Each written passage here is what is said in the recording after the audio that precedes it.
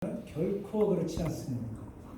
진정한 신앙인은 나라 민족을 위해서 눈물 뿌려 기도할 줄 알고, 나라 민족이 어려울 때 내 집안 창고에서 금을 꺼내놓을 줄 알고, 그런 것이 진정한 신앙인의 참 모습인 줄로 믿습니다.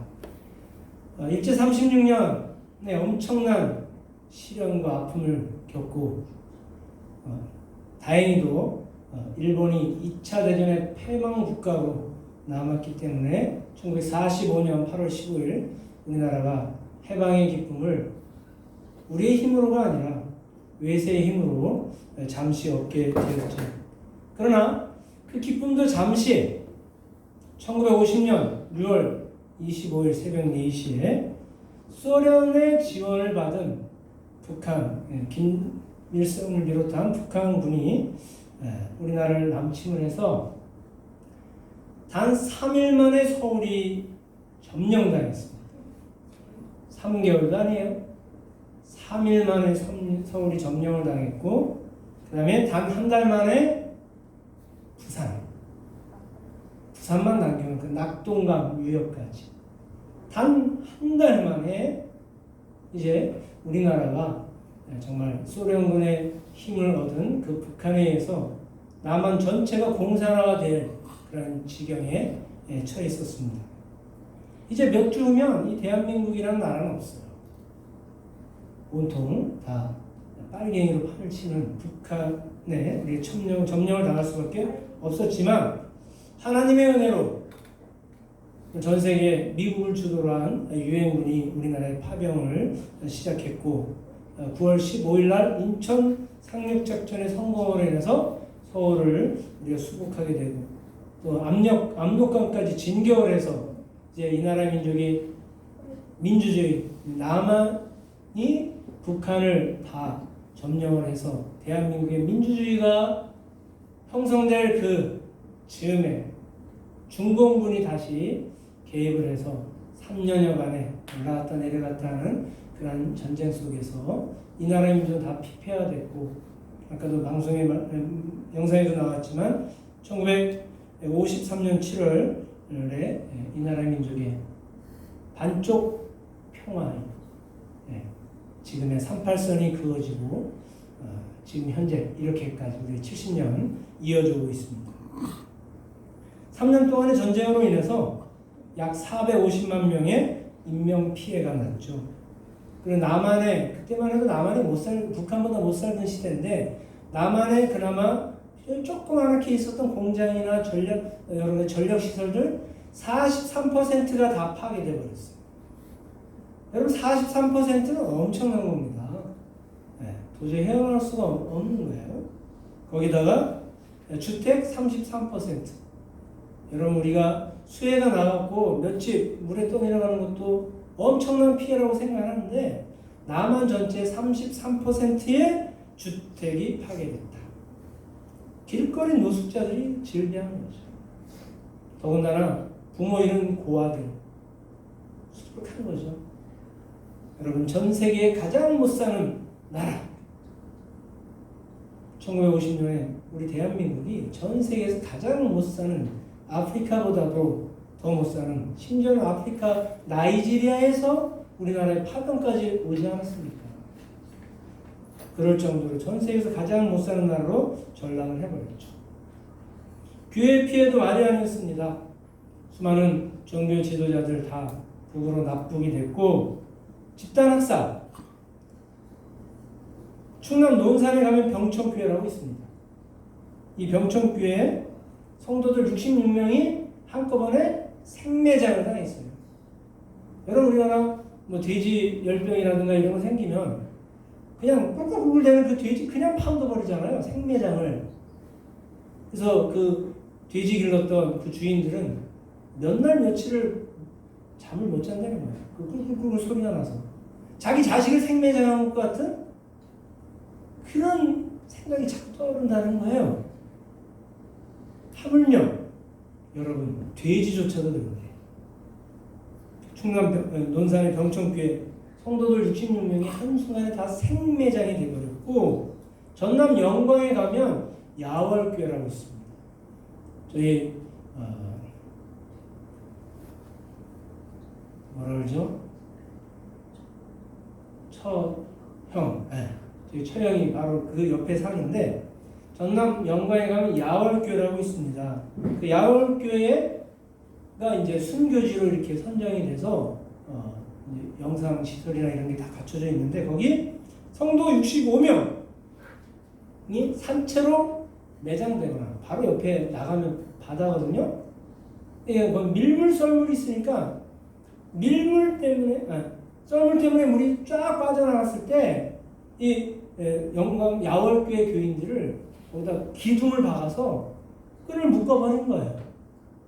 그러다 이제 밀물이 들어오면 다리가 차고 허리가 차고 여기까지 차고 그렇게 수장당했습니다. 전주 원당교회라고 있습니다. 거기 73명이 살해를 당했고 황해도 봉산에 가면 계동교회 175명이 다 불타 죽었어요. 여러분 이거는 드러난 것만이지 그 이외에 교회의 핍박과 순환은 엄청났다라는 거죠.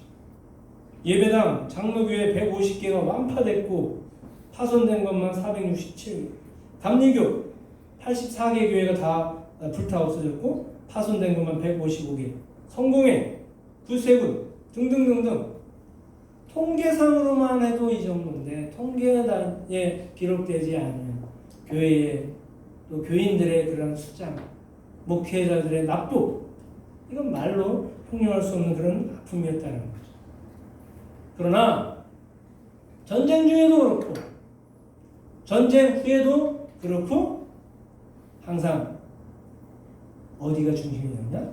교회가 중심이 돼서 이 나라의 민족이 이렇게 살게 되었다라는 사실입니다. 교회들이 나서서 애국운동을, 교회들이 나서서 구국기도 운동을, 교회들이 나서서 교육운동과 사회운동에 앞장섰다는 거예요. 교회들이 모여서 그냥 막 예배받고 은혜받고 거기서 끝난 게 아니라는 거예요. 세상의 교육, 애국, 기도, 유교 일제시대 때도 태극기를 가장 들고 일제 앞에 나섰던 거예요. 뒤로 숨지 않았어요. 가서 기도만 하지 않았다는 거예요.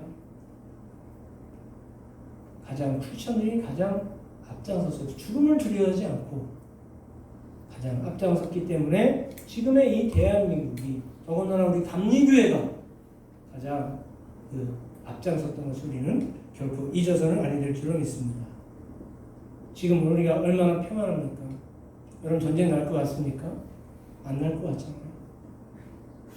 여러분 미군들이 해외 파병 많이 가는데 가장 가기 싫어하는 나라가 어딘지 아십니까? 한국이에요.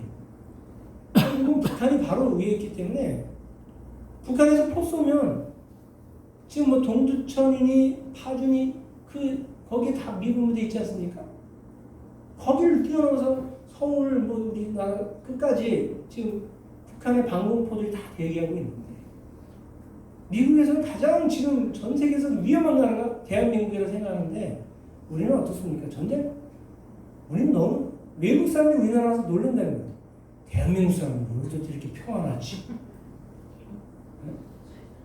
예수님이 제자들 데리고 배에서 풍랑을 만났을 때 제자들은 난리가 났지만 예수님은 배 밑에서 편안히 주무시는 것처럼 대한민국 사람은 믿음이 엄청 이렇게 좋구나. 그렇게 생각한다는 거예요. 여러분 정말 전쟁이 끝난 게 아니에요. 우리나라는 전쟁이 끝나면 종전이라고 합니다. 근데 우리나라는 지금 종전이 아니에요. 휴전이에요. 잠깐 쉬는, 전쟁이 쉬는 때라는 거지. 우리나라 종전 아닙니다.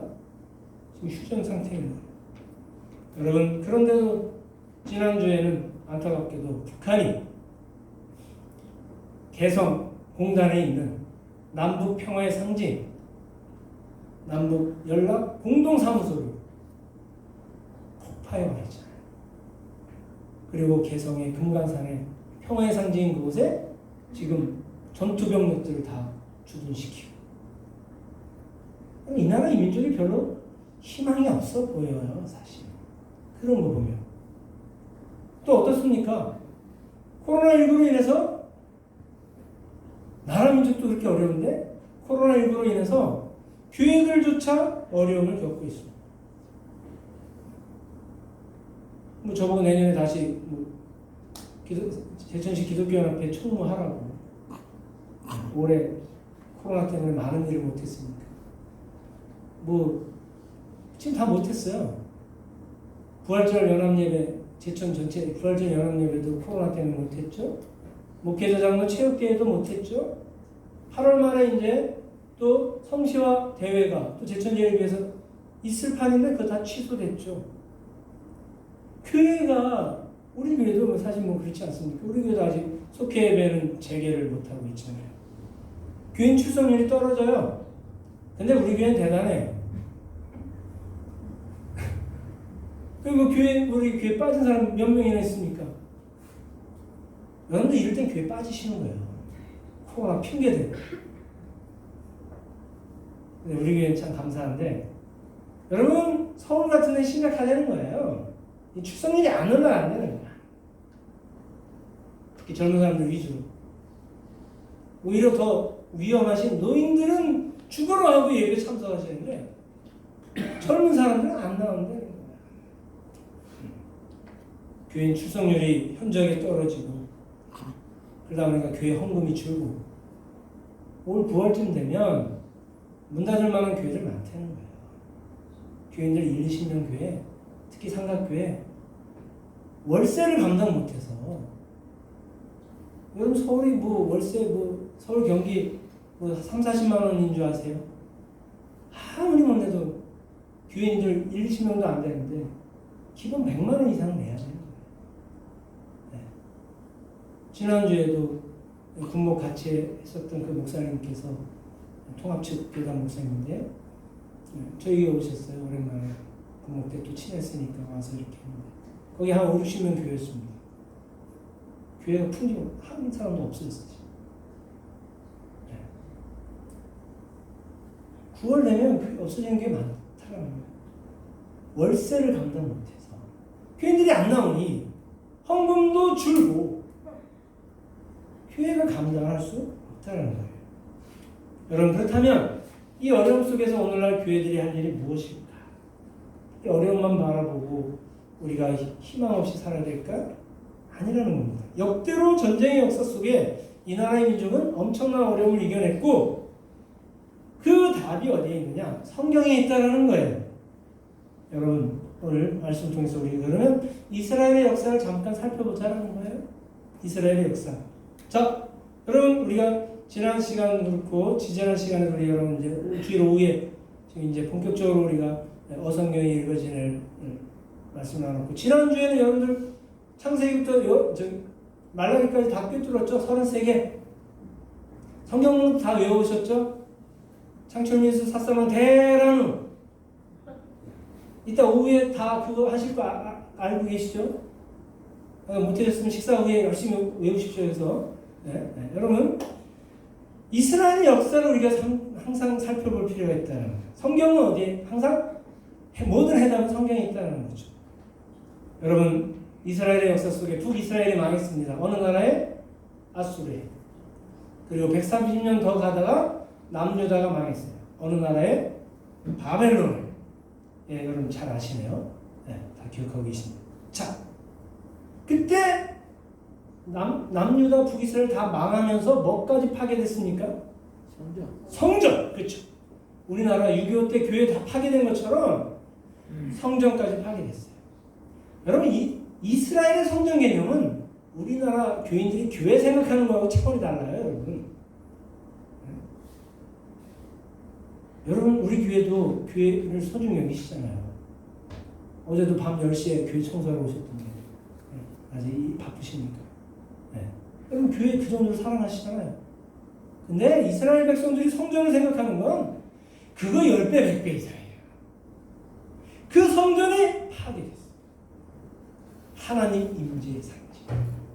그 성전이 파괴됐어요. 여러분 이스라엘에겐 더 이상 희망이 없는 거예요. 자, 그렇다면 이스라엘 백성들은 이 난국을 어떻게 극복을 했을까? 자, 바벨론에 망했어요. 그리고 여러분 지난주에도 말씀을 나눴죠. 남유다가 바벨론에 망했을 때 완전히 망한 게 아니라 이스라엘 포로들이 어디로 끌려갔다고요? 바벨론으로 끌려가서 성경에 무대가 두 군데라는 거예요. 그래서 성경에 예루살렘 얘기도 나오고 바벨론 포로 얘기도 나오고 그러는 거예요.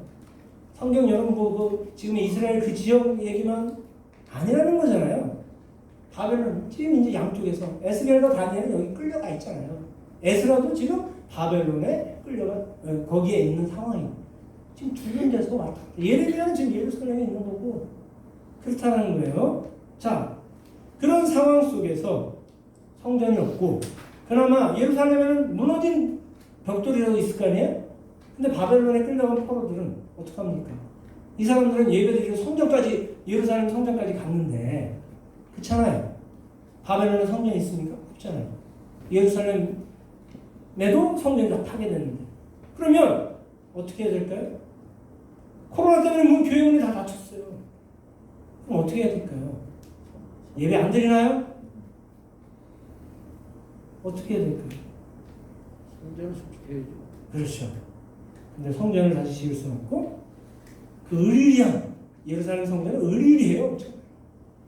그렇게 지을 수는 없고 그래서 여러분 회당 얘기 들어보셨죠? 회당. 그래서 그때부터 이제 회당이 지어지는 거예요. 조그맣게. 그래서 유대인들 10명 이상 되면 회당을 지을 수가 있게 되는 거죠. 여러분 우리 개척교회도 마찬가지입니다. 감리교회도 개척교회도 나 여기 제천서지방에 개척하겠습니다라고 해서 개척할 수 있는 게 아니에요. 교인이 12명 이상 돼야 교회를 개척할 수 있는 거예요. 11명만 돼도 교회 개척할 수가 없어요. 법상 그렇게 했어요. 그래서 어떻게 보면 서지방에 사실 12명 안 되는 교회들도 많은데 그런 교회는 교회를 할 수 없는 거예요. 감리교 법상은 사실. 근데 그냥 넘어가는 거죠. 자, 여러분 그래서 회당을 조그맣게 바벨론에도 지은 거죠. 조그맣게 어설프게 뭐 조립식 개념으로 쉽게 말씀드려서 자 그래서 이때부터 그 회당이 생겨난 이유는 뭐냐? 야 우리가 코로나 때문에 문 닫았다고 예배 안 드리냐? 예배 좀 안 드려보니까 믿음이 식어지잖아요, 여러분. 그잖아요. 네. 기도줄이 끊기잖아요, 여러분. 자 그래서 이들이 조그맣게 모여서 성경을 열심히 공부하고 율법을 거기서 배우고 거기서 기도하고 그러기 위해서 조그맣게 성전이 아니라 회당이라는. 그래서 오늘날도 뭐 교회를 성전이라고 하면 안 된다는 거죠. 어떻게 보면 예배드리기 위한 우리가 너무 교회를 구약의 성전시처럼 그렇게 또 우상시처럼 하면 안 된다는 거긴 한데 그렇지만 또 교회를 우리가 소중히 여기긴 해야죠. 자 그래서 이때부터 성전 중심에서 회당 중심으로 강화가 된 거예요. 약화된 게 아니라. 그리고 예루살렘 성전에서 뭐 했습니까? 제사 중심이었어요. 제사 중심에서 이제 회당에서 모여서 뭐 했어요? 그래서는 말씀 중심 성경을 가르치고 그리고 예루살렘 성전에서는 다 개인적이었어요. 자기 소작 그냥 자기 죄만 용서받으면 돼요. 개인 중심에서 회당은 어떻습니까? 서로 모여서 이야기 나눠야 되니까 여기서는 이제 공동체 중심이 되는 거예요. 그 다음에 유대인 성전에는 가진 자들이 많이 왔어요. 가진 자들. 빈민들은 오기 쉽지 않았어요. 하루 벌어먹고 살기 힘들고. 그러나 이제 회당 중심은 어떻습니까?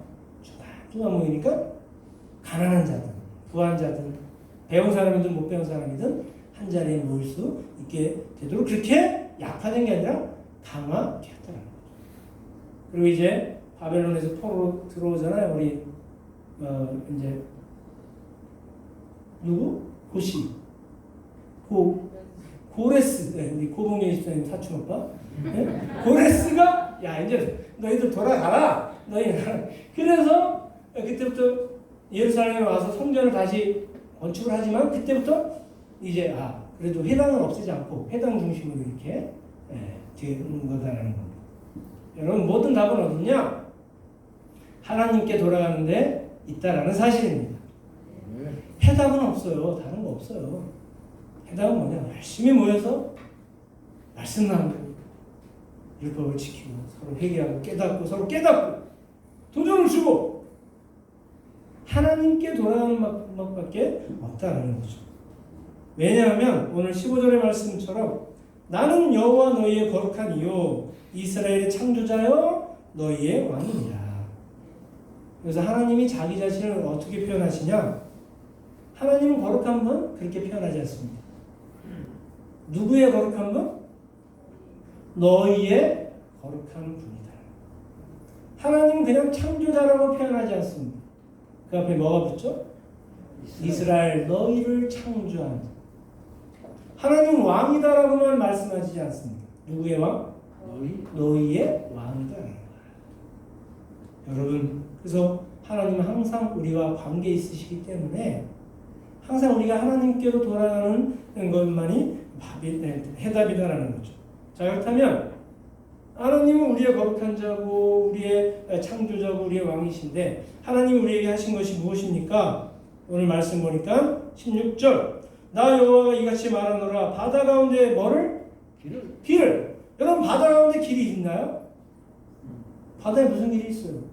바다 가운데 길을 내셨고 큰 물 가운데 뭘 내셔요? 지름길을. 큰 물 바다 밑에 길이 보입니까? 거기 지름길을 내신 분이 하나님이시다. 막막한 아무 길도 없는 곳에 지름길을 내시고 큰 대로를 내시고 홍해 바다를 갈라서 우리가 걸어가게 하신 분이 누구시냐? 너희의 거룩한 너희의 창조자 나는 너희의 왕이다라는 것입니다. 여러분 그러므로 자꾸 이런 것들을 기억하라는 거예요. 이거 잊어버리지 말라는 거예요. 지금 너희가 평화통일이 안 됐다고 막막하냐? 코로나19 때문에 교회들이 어렵다고 막막하냐? 길이 안 보이냐? 아니라는 거예요. 나에게로 돌아오면 내가 큰 길을 내주겠다라는 사실입니다. 여러분 그러므로 이제 오늘 말씀처럼 이제 19절의 말씀 보니까 보라 내가 뭘 행해요? 새 일을 행하겠다라는 거예요. 예전에 그런 일도 행했지만 그러나 옛날 은혜로 끝나지 않겠다는 거예요. 보라 내가 새 일을 너희에게 행하리니 이제 나타낼 것이라. 여러분 그렇다면 하나님이 우리에게 왜 이렇게 축복을 주시려고 하실까요? 우리에게 왜 새 길을 내주시려고 하실까요?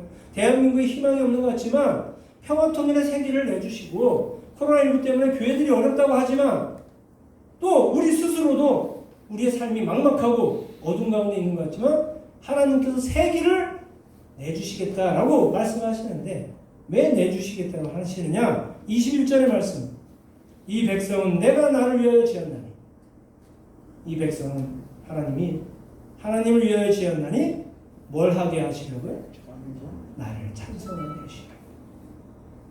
여러분 하나님 우리 입술에서 늘 기쁨의 찬송이 넘쳐나도록 우리를 창조하셨다라는 사실을 믿으시길 간절히 축복합니다. 매 우리 입술에서 곡소리가 나고 원망의 소리가 나고 절망의 소리가 나고 그러기 위해서 우리를 지은 것이 아니라는 거예요. 너희 앞에 홍해바다 있냐? 걱정 마라. 내가 그 물을 갈라서 지름길을 낸 것처럼 사막에 물이 흐르게 하고 광야에 길을 낸 것처럼 홍해바다에 길을 낸 것처럼 너희 교회에 너희 민족에 너희 가정에 너희 삶에 내가 큰 길을 내주어서 나를 찬송하게 해 주실 것이다 라는 사실입니다. 그러므로 이제 여기 말씀은 옛적 일을 생각하지 말라는 거예요. 특별히 옛적 일 뭡니까? 22절 이후의 말씀이에요. 22절 보면 그러나 야곱아 내가 이렇게 할 건데 그러나 야곱아 너는 나를 부르지 아니하는구나. 너 나에 대한 간절함이 있냐? 너 왜 기도 안 하냐? 너 날 부르지 않는구나. 또 이스라엘아 너는 나를 괴롭게 여겨. 너 왜 날 괴롭게 해? 내가 널 괴롭혔니? 너 예배 나오는 게 그렇게 귀찮니? 너 기도하는 게 그렇게 싫냐? 내가 너한테 뭘 바랬냐? 내가 널 괴롭혔냐? 근데 넌 내가 널 괴롭혔다고 생각하는 거야. 그 다음에 23절 네 번제의 양을 내게로 가져오지 아니하였고 너에게 준 거 다 내가 너에게 준 건데 너 그거 네 거라고 욕심내는구나. 네 제물로 나를 공경하지 아니하는다. 나는 제물로 말미암아 너를 수고롭게 하지 아니하노라. 내가 너에게 제물을 원한 게 너의 죄를 용서하기 위한 건데 내가 하나님인데 내가 내 배부르게 먹자고 갖고 한 줄 아냐?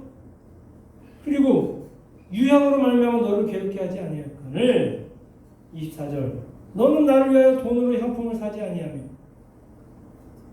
너 나를 위해서 네 몸 치장하려고는 비싼 향수 5개 사면서 나를 위해서는 싸구려 향수 하나 안 사는 거야.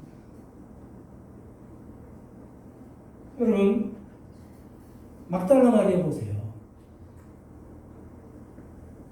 예수님에게 순전한 나드 향근을 깨트려서 예수님에게 부었잖아요. 그게 얼마인지 아십니까, 여러분? 순전한 나드 향근? 1,000만 원 이상. 그 다음에 니고데모는 예수님 죽은 시체에 심양과 유향을 섞은 그걸 100리트라 갖고 왔다 그랬어요. 그 100리트라 얼마인지 아십니까? 30억에 해당해요. 살아있는 예수님께도 아니에요. 죽은 예수님의 시체 장사 지내려고 그 자리 가면 죽는 건데, 자기도 죽는 건데, 자기 천재는 30억을 바쳐서 예수님 시신의 유향을 바르고. 여러분, 이런 사람들이 있는데, 너는 나를 위하여 돈으로 향품을 사지 않고, 희생의 기름으로 나를 흡족하게 하지 않고, 오히려 네 죄짐으로 나를 수고롭게 하고, 너 왜 자꾸 죄 짓냐? 네 죄악으로 나를 괴롭혀.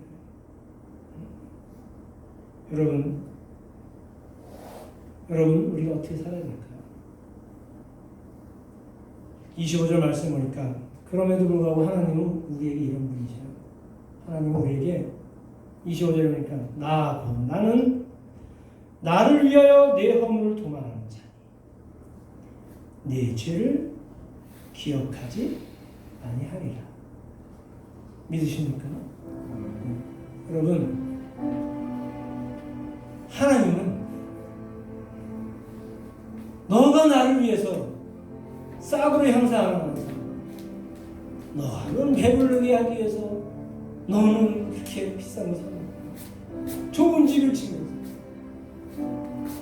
너는 나를 위해서 아무것도 하지 않지만 그러나 너의 죄를 기억하지 않겠다. 여전히 나는 내 아들을 다시금 십자가에 못 박으리라는 우리 향하신 하나님의 이 귀한 사랑의 말씀 여러분 들리십니까? 사랑하는 성도 여러분, 우리는 우리의 막힌 그런 이 나라의 민족 가운데 우리가 희망의 길을 내야 돼요. 어렵고 힘든 교회들 또 우리의 신앙생활도 얼마나 아름다웁니까? 이 막힌 길에 우리는 길을 낼 수 있어야 될 텐데 이제 26절 말씀 보니까 너는 말하여 네가 의로움을 나타내라. 주님 오실 날이 얼마 남지 않았다는 거예요. 이제는 너의 신앙생활을 통해서 나에게 제발 좀 의로움을 좀 나타내라. 내가 너의 길을 내주려고 하는데 이미 내놨는데 너 왜 그 길을 걷지 않느냐는 거예요. 사랑하는 성도 여러분, 오늘 이 말씀을 우리가 되찾으면서 다시 한번 주님을 간절히 부르라 우리에게 명령하십니다. 번제의 양을 가져오고 제물로 하나님께 공경하고 죄를 짐으로 나를 괴롭게 하지 말라. 이제는 의로운 신앙생활로 너의 입술을 통해서 찬송이 흘러나오게끔 그렇게 살아나는 것입니다.